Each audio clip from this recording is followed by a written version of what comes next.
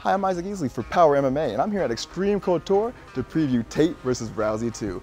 It's a rematch, and I just love that word in sports. Both opponents, they know each other not only physically, but also mentally. It's really a chess game we're gonna see. Can Tate learn from her mistakes and win back the women's title from Ronda Rousey? Or will Rousey continue her dominance in the bantamweight division? Sit back, relax, and enjoy as we preview Tate versus Rousey 2.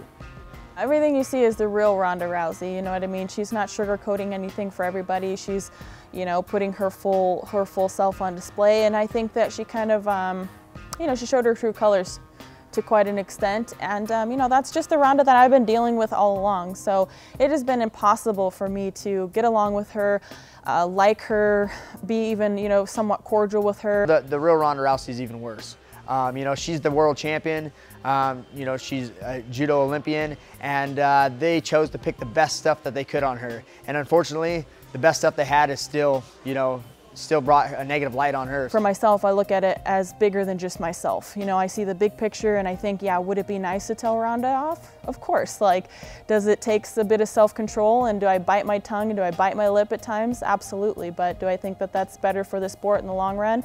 And for the girls looking up to us now that say, you know, someday I want to be the champion of the UFC, you know, that's our future, you know, and so I want to set an example of what, when I retire someday, that the girls will strive to be.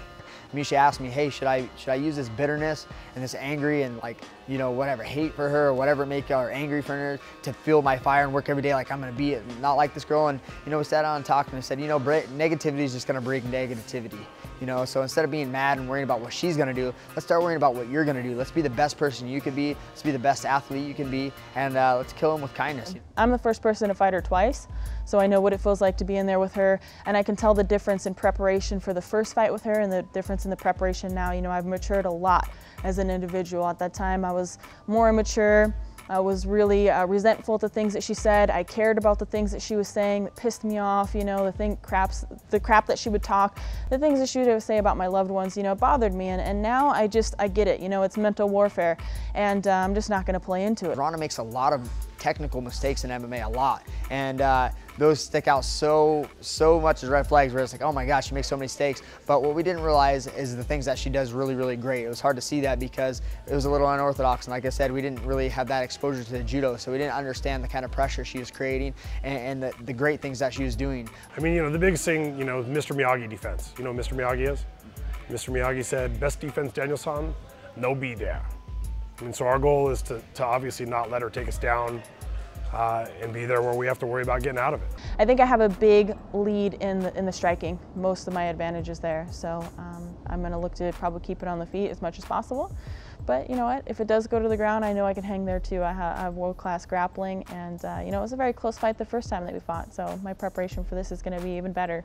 The sport really needs somebody like Miesha. She's an awesome person, she's an awesome role model, and I think it would do good things huge things for the sport. And also, you know, it's the pinnacle of the sport. Miesha wants to be the world champ. You know, that's what every fighter should want to aspire to be, is the world champion. That's why we fight, and that's why we do this full time, is to be the world champion.